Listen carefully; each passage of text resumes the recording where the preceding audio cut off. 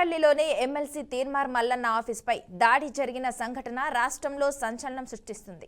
BC రిజర్వేషన్ల అంశంపై స్పందిస్తూ తీన్మార్ మల్లన్న బీఆర్ఎస్ ఎమ్మెల్సీ కవితపై అనుచిత వ్యాఖ్యలు చేశారంటూ ఆమె అనుచరులు ఆగ్రహంతో రగిలిపోయారు.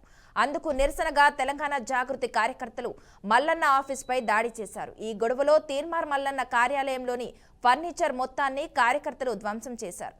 మల్లన్నపై దాడి చేసేందుకు ప్రయత్నించగా ఆయన గన్మెన్లు అడ్డుకొని జాగృతి కార్యకర్తలను చెదరగొట్టారు.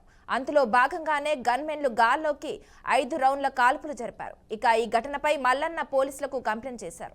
మరోవైపు ఎమ్మెల్సీ కవిత కూడా తనపై అనుచిత వ్యాఖ్యలు చేశారంటూ మల్లన్నపై మండలి చైర్మన్ గుత్తాకు ఫిర్యాదు చేశారు. ప్రస్తుతం ఈ పంచాయతీ రాష్ట్ర రాజకీయాల్లో సంచలనంగా మారింది.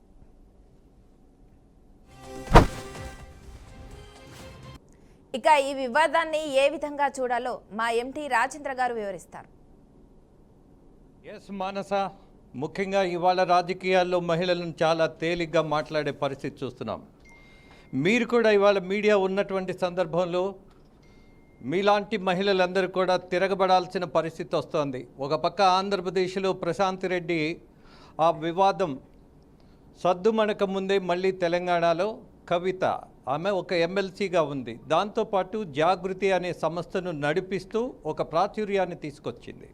ఆ పార్టీలో ప్రధాన నాయకుడి కుమార్తె కాదా అన్నది పక్కన పెట్టేస్తే ఆమె స్వయం కృషితో తనకొక గుర్తింపు తెచ్చుకున్నప్పుడు తనను గుర్తించాల్సిన అవసరం ఉందో లేదో ప్రతిపక్షాలకు తర్వాత సంగతి కానీ, బట్ ఒక మహిళను మాట్లాడుతున్నప్పుడు వాళ్ళు దగ్గర పెట్టుకొని మాట్లాడాలన్నటువంటి వివక్షత లేని వాళ్ళు రాజకీయాల్లో ఉండటం అనేది క్షమార్హం కాదు. రెండోది, ఈ దుర్మార్గం చేసినటువంటి నాయకుడు ఎవరు? అతన్ని నాయకుడు అనాలా, జర్నలిస్ట్ అనాలా, పొలిటీషియన్ అనాలా? What to say? ఆయన ఎందులో ఉన్నాడు? జర్నలిస్ట్ అనేవాడు ఒక పార్టీకి ప్రాతినిధ్యం వహిస్తాడా? Is it possible? జర్నలిజంలో అన్బయాస్గా ఉండవలసిన వాళ్ళు ఏదో ఒక రాజకీయ పార్టీ ప్రాముఖ్యతను సంపాదించడం కోసం, స్థానం సంపాదించడం కోసం ఆ రాజకీయ పార్టీల అనుచరులుగానో బానిసలుగానో ఇవాళ మీడియాని అడ్డం పెట్టుకొని అనేకమైనటువంటి వ్యవహారాలు నడపడం అనేది క్షమార్హం కాదు. దట్టు మీడియా ముసుగేసుకొని. ఎందుకు ఇలాంటి పరిస్థితి? ఖచ్చితంగా మనం ఇవాళ ఆలోచించాల్సిన దశ వస్తుంది. ముఖ్యంగా తీన్మార్ మల్లన్న, ఆయన పూర్తి పేరు ఐ థింక్ చింతపండు నవీన్ అనుకుంటా, మేబీ.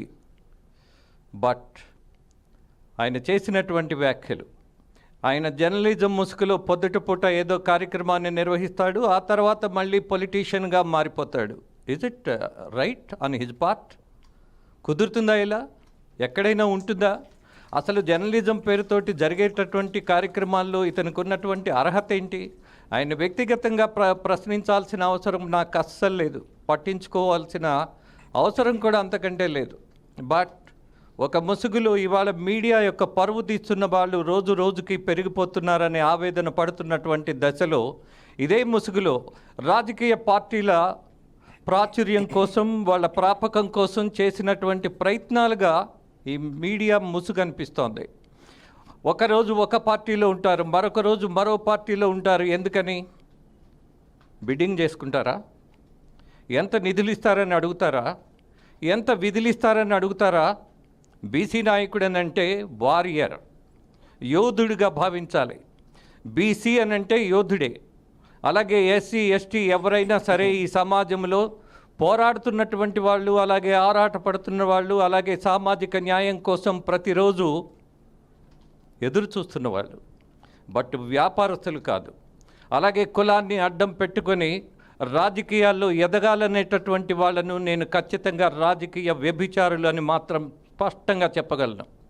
ఇవాళ జరిగినటువంటి సంఘటనలో ఆయన మీద దాడి జరిగింది అని అంటే నిన్నో మొన్నో చెప్పడం జరిగింది. ఎవరైనా మన పక్క వాళ్ళు, మన కుటుంబ సభ్యుల మీద దాడి చేస్తున్నప్పుడు మనం పోలీసు కంప్లైంట్ ఇద్దాంలే అని వెయిట్ చేయం, ఇమ్మీడియట్ రియాక్షన్ ఉంటుంది. మనుషులం కాబట్టి ఆ రియాక్షన్ తప్ప ఒప్ప అనేది చట్టం నిర్ణయిస్తుంది. There is no doubt about that. దాన్ని కూడా మనం ఆక్షేపించాల్సిన పర్లేదు. బట్ ఒక ప్రధాన నాయకురాల్ని మనం దూషించబోయే ముందు ఒళ్ళు దగ్గర పెట్టుకోకపోతే వచ్చే ఫలితం ఇలానే ఉంటుంది. కోర్స్ మరి నోరు జారాడు కదా, వీళ్ళు చేయి జారి వీళ్ళు హద్దు దాటి ఆఫీసు మీద దాడి చేయటం సమంజసమేనా? నిజానికి సమంజసము కానే కాదు. దాన్ని ఎవరూ సమర్థించరు. ఆవేశం అప్పుడప్పుడు కట్టలు తెంచుకుంటుంది. కారణం, ఉద్రేకపరిచేవాడు, ప్రవోక్ చేసేవాడు, అవమానపరిచేవాడు, అసహనాన్ని పెంచేవాడు, మీడియా పేరుతో లేదా ఏదో రాజకీయ నాయకుడి పేరుతో ఇతరులను దూషించటం అనేది రాజకీయం అనుకుంటేనో లేక జర్నలిజం అనుకుంటేనో ఇంతకంటే ఆత్మహత్య సదృశ్యం ఉండదు, వెనకబాటుతనం కూడా ఉండదు. రెండోది, మహిళలను గౌరవించేటటువంటి వ్యవస్థలో తోటి ఎమ్మెల్సీని మాట్లాడబోయే ముందు వాళ్ళు దగ్గర ఉండాలిగా. లేనప్పుడు ఇలాంటివి జరుగుతాయి, భరించాల్సిందే. మీరు కూడా కేసులు పెట్టుకోండి, వాళ్ళు కేసులు పెడతారు.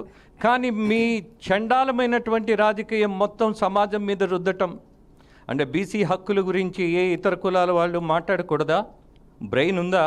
ఈ మాట మాట్లాడడానికి కనీసం ఇంగితం ఎక్కడైనా మీరు ప్రదర్శించగలిగిన పరిస్థితి ఉన్నదా? జవహర్లాల్ నెహ్రూ ఈ దేశానికి ప్రధానిగా పనిచేసినటువంటి ఆయన, మరి ఆయన బీసీల గురించి మాట్లాడొద్దా? గాంధీ మాట్లాడొద్దా? మరి వాళ్ళు బీసీలు కాదు. అలాగే ఇవాళ తెలంగాణ ముఖ్యమంత్రి రేవంత్ రెడ్డి బీసీనా? కాదు. బీసీలకు అంతో ఇంతో సామాజిక న్యాయం చెయ్యాలి అన్నటువంటి ఆలోచనతోటి ఒక ఆర్డినెన్స్ను తీసుకొచ్చిన తెలంగాణ ముఖ్యమంత్రి ఆశయాన్ని మీరు బురదలో కలిపేశారు, డ్రైనేజీలో నెట్టేశారు. మీకున్నటువంటి వ్యక్తిగతమైనటువంటి ప్రయోజనాలు, వ్యాపారాలు ఇలాంటి రాజకీయమైనటువంటి కారణాలకు ఉపయోగించుకోవద్దు. మీకు ఎవరైనా ఏదైనా పేమెంట్ ఇస్తారు అని అంటే ఎవరైనా సరే ఈ సమాజంలో మరొక పార్టీ నాయకుల గురించి మాట్లాడేప్పుడు కనీసం విచక్షణ, రాజకీయ పార్టీ అనంటే రాజకీయ నాయకులంటే ప్రజాసేవకు వచ్చినటువంటి వాళ్ళు అని ప్రజలలో నమ్మకం ఎప్పుడో పోయింది. అలాగే మీడియా పరువు తీస్తున్నటువంటి వాళ్ళు కొంతమంది ఇలాగే తయారవుతున్నారు. నేను అందుకే మీడియా సోదరులందరినీ అభ్యర్థిస్తున్నా, ఇలాంటి వాళ్ళు మీడియా పేరు చెప్పుకొని ముసుగేసుకొని అనేక మందిని భయపెడుతూ, అలాగే బ్లాక్మెయిలింగ్ రాజకీయాల్లో, అలాగే ఒక పార్టీ డబ్బులు ఇస్తే మరొక పార్టీ వాళ్ళను తిట్టేటటువంటి ప్రయోజనంలో వ్యాపారం చేసే వాళ్ళని, జర్నలిజం ముసుగేసుకున్న వాళ్ళని తరిమి కొట్టాల్సిన పరిస్థితి వస్తుంది. సోదరులారా, మీరు గమనించండి. ఈ ముసుగు తొలగించుకోకపోతే వాళ్ళను మనం క్షమించాల్సిన పరిస్థితి ఉండదు. కానీ మన పరువు పోతోంది. ఇవాళ జర్నలిస్టు అని చెప్పుకోవడానికి భయపడుతున్నారు చాలామంది, సిగ్గుపడుతున్నారు అనేక మంది. కారణం ఇదే, మనది కాని తప్పుకు మనం శిక్ష అనుభవిస్తున్నామని నిజమైన జర్నలిస్టులు ఇవాళ మేల్కోవాల్సిన పరిస్థితి ఉన్నది. అలాగే ఒక మహిళను దూషించినటువంటి వాడిని క్షమించాల్సిన పరిస్థితి లేదు అన్నటువంటి విషయాన్ని ఘంటాపదంగా పౌర సమాజం కూడా ఇవాళ మేల్కోవాల్సిన దశ వస్తుంది.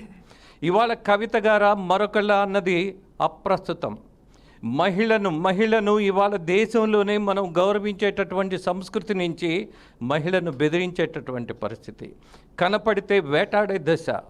ఎక్కడైనా బలహీనంగా కనపడినటువంటి మహిళ కనపడితే పులిలాగా మీద పట్టడం, రేప్ చేయటం, అనేకమైనటువంటి కేసులు ఇవాళ ఎందుకు రిజిస్టర్ అవుతున్నాయి అని అంటే మృగాల్లా తయారవుతున్నటువంటి వ్యవస్థను మనం చూస్తున్నాం. ఇవాళ మీడియాలో, ఇవాళ రాజకీయంలో, అలాగే ఇవాళ అనేకమైనటువంటి సాంఘిక సమస్యలు ఎక్కడి నుంచి వస్తున్నాయి అని అంటే ఇలాంటి దుర్భాషల వల్ల, ఇలాంటి సంకుచితమైనటువంటి మనుషుల వల్ల. తీన్మార్ మల్లన్నకున్నటువంటి పరిజ్ఞానం, బీసీల గురించి మరొక కులం వాళ్ళు మాట్లాడకూడదు అన్నటువంటి అజ్ఞానం, వెనకబాటుతనం, అది బీసీలకు ఏ రకంగా ఉపయోగపడదు. నేను ముందే చెప్పా, బీసీ అంటే యోధుడని, ఎస్సీ అంటే ఈజ్ ఎ వారియర్. అందుకే అంటున్నా, యోధులుగా పోరాడవలసిన వాళ్ళను ఇవాళ పరువులు తీసేటటువంటి నాయకులు ఇలా బీసీ ముసుగులు వేసుకొని అనవసరమైనటువంటి అసహనాన్ని పెంచి అర్థం లేనటువంటి కూతలు కూసుకుంటూ మహిళలను అవమానపరుస్తూ ఇదే రాజకీయం అనుకుంటే మాత్రం అలాంటి వాళ్ళను రాజకీయాల్లో కాదు సమాజంలో కూడా బహిష్కరించాల్సిన దశ ఉంటుంది అన్నది హెచ్చరించాల్సిన పరిస్థితి వస్తోంది. ఆ దశ వచ్చినప్పుడు పౌర సమాజమే ఇలాంటి వాళ్ళ సంగతి ఖచ్చితంగా చూసుకుంటుంది అన్న నమ్మకంతో మీ రాజేంద్ర.